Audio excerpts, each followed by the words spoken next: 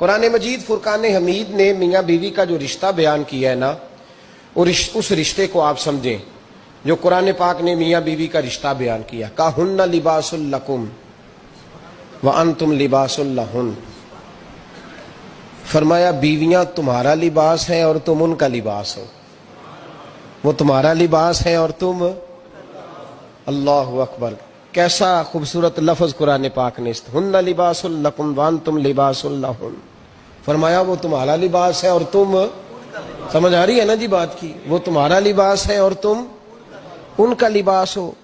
تین خوبیاں تو ہر لباس میں ہوتی ہیں، تین چیزوں کے لیے لباس پہنا جاتا ہے، تین چیزیں، تین قسم کی آسائشیں لباس میں پائی جاتی ہیں، اس پر تو تمام مفسرین کا اتفاق ہے۔ سب سے پہلی چیز، لباس جو ہوتا ہے وہ بندے کو گرمی اور سردی سے بچاتا ہے۔ سخت سردی میں لباس لے لیں تو بندہ سردی سے بچ جاتا ہے۔ اس کا مطلب یہ ہوا کہ میاں بیوی ایک دوسرے کا لباس ہیں، اگر بیوی کی طرف کوئی تکلیف آتی ہے تو میاں اس کو بچاتا ہے، اور اگر میاں کی طرف کوئی تکلیف آتی ہے تو عورت اس کو بچاتی ہے۔ میاں بیوی ایک دوسرے کا لباس ہے۔ لباس کیا کرتا ہے؟ لباس آدمی کے عیب چھپاتا ہے، اس کے وجود پر کتنے دھبے ہیں، کتنے نشان ہیں، وہ سارے چھپا لیتا ہے لباس۔ میاں بیوی ایک دوسرے کے عیب چھپانے والے ہوتے ہیں، عیب بتانے والے، رونا رونے والے نہیں ہوتے کہ بی بی جب بھی میکے گئی اس نے جا کے رونا شروع کر دیا، اتنی میں تانگو دوسرا ہے ہی کوئی نہیں، اور خاوند صاحب جب بھی ملے انہوں نے ایک ہی راگ الاپنا شروع کر دیا کہ میری کیا بات تھی، مجھے مل کیا گیا ہے، میں کیا تھا، میرے ساتھ ہوا کیا ہے۔ تو لباس ہیں، ایک دوسرے کا عیب چھپائیں گے، بولیے ایک دوسرے کا عیب چھپائیں گے، ایک دوسرے کی غلطیوں کی پردہ پوشی کریں گے۔ اور تیسرا، لباس کا کیا مقصد ہوتا ہے؟ لباس شخصیت کا آئینہ دار ہوتا ہے۔ لباس آدمی کی اچھی اور خوبصورت طبیعت کا حصہ ہوتا ہے۔ جو لباس ہوتا ہے وہ انسان کو زینت بخشتا ہے، خوبصورت کر دیتا ہے۔ سب یاد رکھیں، لباس آدمی کو زینت دیتا ہے۔ قرآن مجید کے لفظوں پہ غور کرو، اگر تو شادی کے بعد بیوی کے آنے کی وجہ سے خاوند کو سکون نہیں ملا تو اس کا مطلب ہے اس نے گھر کو زینت نہیں دی، اور اگر شادی کے بعد اس بچی کو تحفظ نہیں ملا، اس کو اپنے گھر کے اندر سکون نہیں ملا، تو اس کا مطلب ہے خاوند نے اسے زینت، اس لباس نے زینت نہیں دی۔ میاں بیوی ایک دوسرے کا لباس ہے۔ اس مقدس رشتے کو اسلام نے باندھا، اور لباس کہہ کے باندھا۔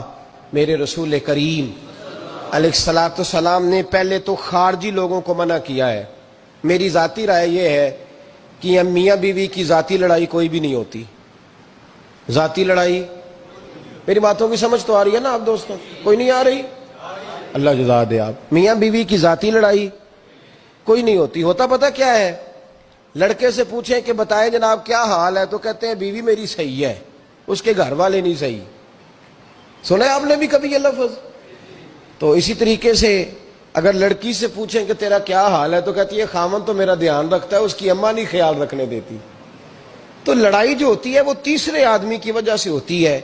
تیری اماں آئی تھی تو اس طرح کہہ گئی، تو تیرا بھائی آ گیا تھا تو وہ یہ کہہ گیا، تیسرے فرد کی وجہ سے۔ میرے نبی کریم علیہ الصلوۃ والسلام نے تیسرے بندے کو سمجھایا ہے، تیسرے فرد کو حضور نے سمجھایا ہے۔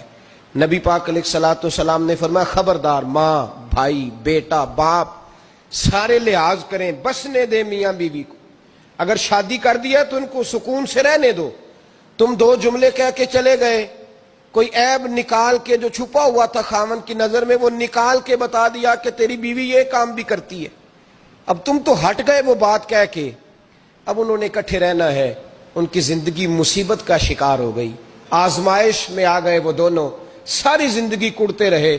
ایک عیب نکال کے لڑکی کے گھر والے لڑکے کا اسے بتا کے چلے گئے تیرے خامد میں یہ عیب پایا جاتا ہے، وہ ساری زندگی کڑتے رہیں گے، تکلیف میں رہیں گے۔ انہوں نے تو اکٹھے رہنا ہے۔ بتانے والا چلا گیا۔ میرے رسول کریم صلی اللہ علیہ وسلم فرماتے ہیں لعنتی ہے وہ شخص، لعنتی ہے وہ شخص۔ یا رسول اللہ کون سا؟ فرمایا جو بیوی کو مرد کے خلاف اکساتا ہے اور مرد کو بیوی کے خلاف اکساتا ہے۔ وہ لعنتی ہے، ملعون ہے، رحمت الہی سے دور ہے وہ شخص. انہیں قریب کرنے کی کوشش کر، تو ان کے اندر محبت پیدا کرنے کی کوشش کر. میرے نبی کریم علیہ الصلوۃ والسلام نے جب حضرت سیدہ فاطمہ الزہرا رضی اللہ تعالی عنہا اور جناب سیدنا علی المرتضیٰ رضی اللہ تعالیٰ عنہ کی شادی کی تو نبی پاک نے دونوں کے سر جوڑے اور دونوں کے درمیان محبت کی دعا فرمائی.